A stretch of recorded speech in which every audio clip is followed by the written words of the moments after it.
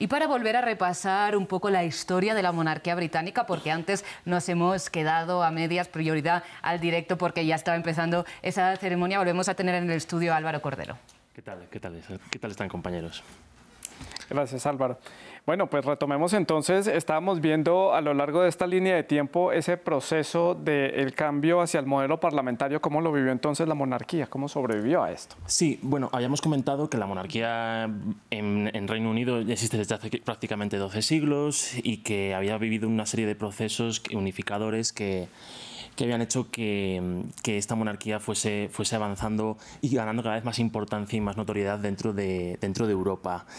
Habíamos hablado de los Tudor, que es una dinastía de las más importantes que consiguió que la Iglesia anglicana se escindiera de la Iglesia católica, donde había estado Inglaterra durante prácticamente 1000 años. Y bueno, esto obviamente tuvo repercusiones en toda Europa, porque esta decisión, que en un principio fue política, al final hizo que, y no era teológica, al final hizo que otros países lógicamente reaccionaran, sobre todo el entorno de Roma.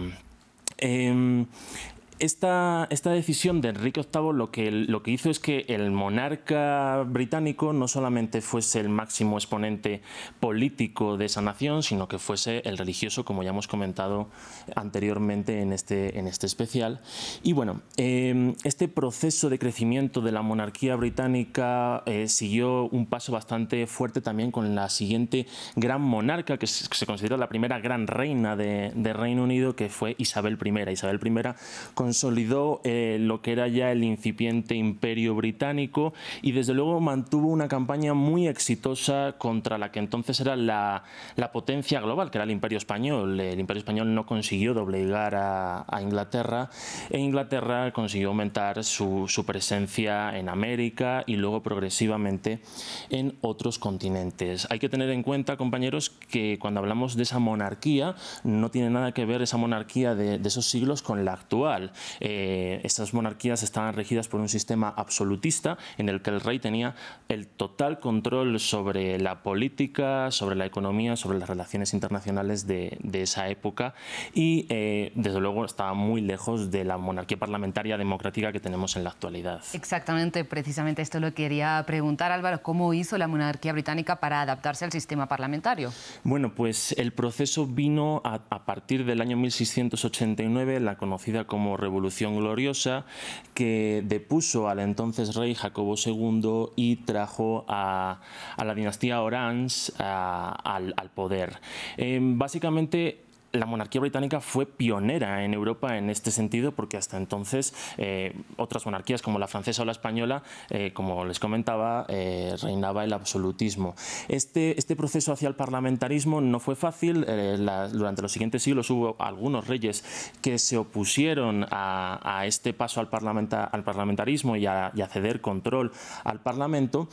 Y bueno, aquí es donde ya empiezan a surgir lo que se conocen como los partidos políticos primarios, que eran los Tories, conservadores, más favorables a que tuviese poder el rey, y los Whigs, o liberales, más favorables a que el Parlamento tuviese ese control sobre el rey. Otro momento importante en la historia de este país, cuando se desarticula el Imperio Británico, la Casa Real, ¿cómo sobrevive a esto? ¿Cómo se mantiene siendo una institución sólida una vez el Imperio Británico terminó? Obviamente no fue fácil, fue un proceso de varias décadas. Hay que recordar que durante el reinado de Victoria I, el Imperio Británico prácticamente alcanzó su apogeo en el mundo, era la primera potencia global. Pero este proceso se empieza a dar sobre todo a partir del inicio del siglo XX. Hay que recordar que en Europa se vivieron dos guerras mundiales que obviamente debilitaron de forma sustancial a Reino Unido, y además eso sumado al crecimiento exponencial de Estados Unidos en aquella época hicieron que el Imperio Británico perdiera poder durante varias décadas seguidas. Pero a diferencia de otras potencias coloniales europeas, lo cierto es que el Imperio Británico consiguió mantener una relación bastante positiva con muchas de esas colonias. ¿Por qué? Porque tiempo antes de que estas colonias se independizaran de forma definitiva, desde Londres se garantizó que estos territorios pudieran ser autogobernados por personas de allá descendientes de británicos y en muchos casos sobre todo blancos, en especial Australia, Nueva Zelanda o Canadá. De hecho, estas naciones siguen teniendo al rey Carlos III actualmente como jefe del Estado y como monarca principal de estos territorios.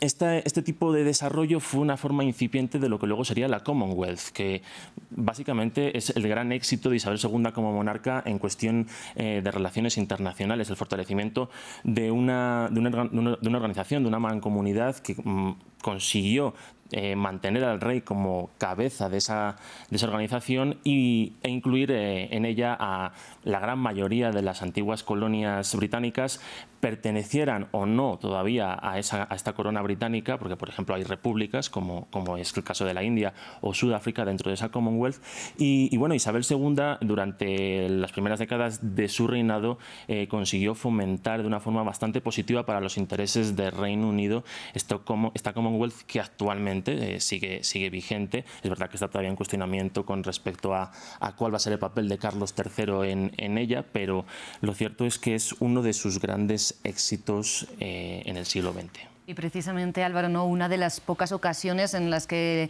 Isabel II se mojó mínimamente, públicamente, en temas de política fue a la hora de insistir en que entonces Margaret Thatcher, ¿no?, se uniera a otros países de la Commonwealth en imponer sanciones a Sudáfrica por el apartheid, precisamente. Y cambiando un poco la tónica de esta crónica, le quiero pedir unos detalles históricos sobre el lugar donde se ha celebrado esta ceremonia y donde se coronan los reyes de Inglaterra, del Reino Unido, desde 1066, ¿no? Hablamos de la Abadía de Westminster. Sí, bueno, la Abadía de Westminster recibe este tipo de eventos desde el año 1066, como tú decías, Rosa, pero en un principio esta abadía se construyó bajo el orden católico, porque todavía no había habido esa escisión de la Iglesia anglicana. Lo cierto es que toma más relevancia una vez que se produce esa escisión a partir del reinado de Enrique VIII, porque básicamente se convierte en el centro religioso más importante dentro de esta corriente anglicana.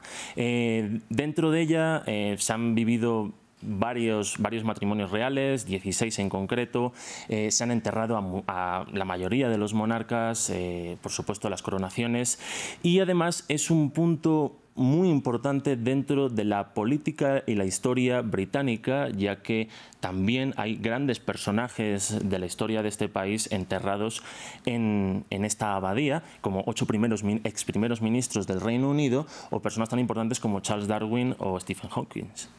Álvaro, pues muchas gracias por todo este contexto histórico de lo que significa estos momentos de la historia del Reino Unido para la continuación de lo que ha sido la Casa Real de Windsor allí en este país. Muchas gracias por haber estado aquí con nosotros en el estudio.